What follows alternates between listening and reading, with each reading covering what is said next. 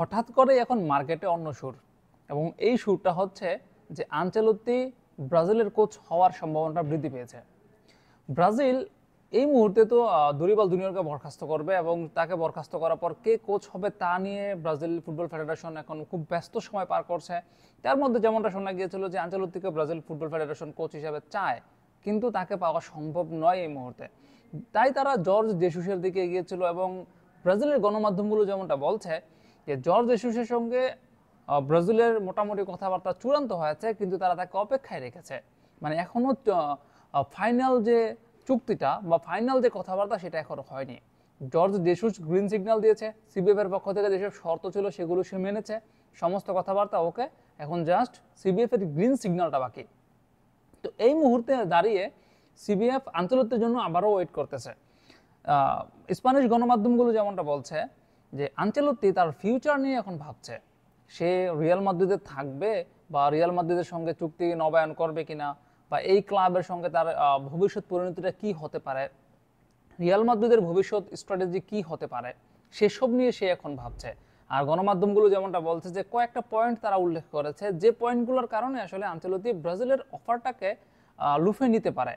যেমন সে পয়েন্টগুলোর মধ্যে একটা হচ্ছে, রিয়াল মাদ্রিদ কিন্তু কন্টিনিউ যোগাযোগ রাখছে জাবি আলোনসোর সঙ্গে। মানে রিয়াল মাদ্রিদ জাবি আলোনসোকে কোচ করবে, সেটা একদিন আগে হোক বা কিংবা একদিন পরে, এবং সেটা এমনও হতে পারে যে মৌসুমের মাঝপথে আনচেলত্তি যদি খারাপ করে তাকে হয়তো বা বরখাস্ত করা হতে পারে, সেখানে জাবি আলোনসোকে নিয়ে আসা হতে পারে। আবার আরেকটা বিষয় হচ্ছে, আনচেলত্তির ছেলে ডেভিড আনচেলত্তি, যিনি আনচেলত্তির কোচিং প্যানেলের খুব গুরুত্বপূর্ণ একটা রোল প্লে করেন। ইভেন একটা সময় এরকম শোনা গিয়েছিল যে ডেভিড আনচেলত্তি ক্লাব ছেড়ে চলে যাচ্ছেন, যেমন গত মৌসুমে শোনা গিয়েছিল। তখন অনেকেই এরকমটা বলেছিল যে আনচেলত্তি যাক, মানে বাবা আনচেলত্তি যাক, ডেভিড আনচেলত্তি রিয়াল মাদ্রিদের কোচ হিসেবে দাঁড়িয়ে যাক, এমনটা কিন্তু অনেকে বলেছে। তো সেই ডেভিড আনচেলত্তি আগামী মৌসুমে ক্লাব ছেড়ে চলে যাবেন, তিনি অন্য কোনো ক্লাবের হয়তো বা মূল কোচ হিসেবে তিনি চলে যাবেন। তো এইটাও একটা কারণ আনচেলত্তির এই জায়গা থেকে সরে যাওয়ার। আর আরেকটা বিষয় হচ্ছে, ব্রাজিল তাকে দীর্ঘদিন ধরে যাচ্ছে, তাকে গত বছরও তাকে অ্যাপ্রোচ করেছিল, কিন্তু সে রিয়াল মাদ্রিদের চুক্তিটাকে সম্মান করে সে রাজি হয়নি। আর এখন তো রিয়ালের সঙ্গে এবার তো রিয়াল মাদ্রিদের সঙ্গে তার আসলে একটা ছাড়াছাড়ির খবরও গণমাধ্যমে চলে এসেছিল। ও এটাও একটা বড় কারণ যে ইন্টারনাল কিছু কথাবার্তা যেটা সামাজিক যোগাযোগ মাধ্যমে বা গণমাধ্যমে চলে আসে, এইটাও একটা কারণ আনচেলত্তির তার ফিউচার নিয়ে নতুন করে ভাবার।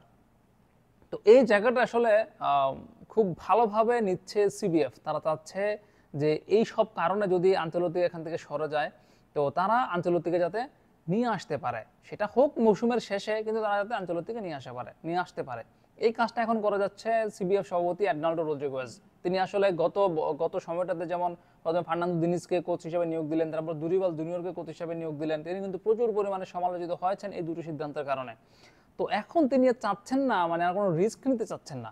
এখন হয়তো মানে ওই রিস্ক না নেওয়ার কারণে তিনি এখন চাচ্ছেন আনচেলত্তিকে, মানে আনচেলত্তির মতো একজন বর্ষিয়ান কোচের হাতে ব্রাজিলের দায়িত্বটা দেওয়ার।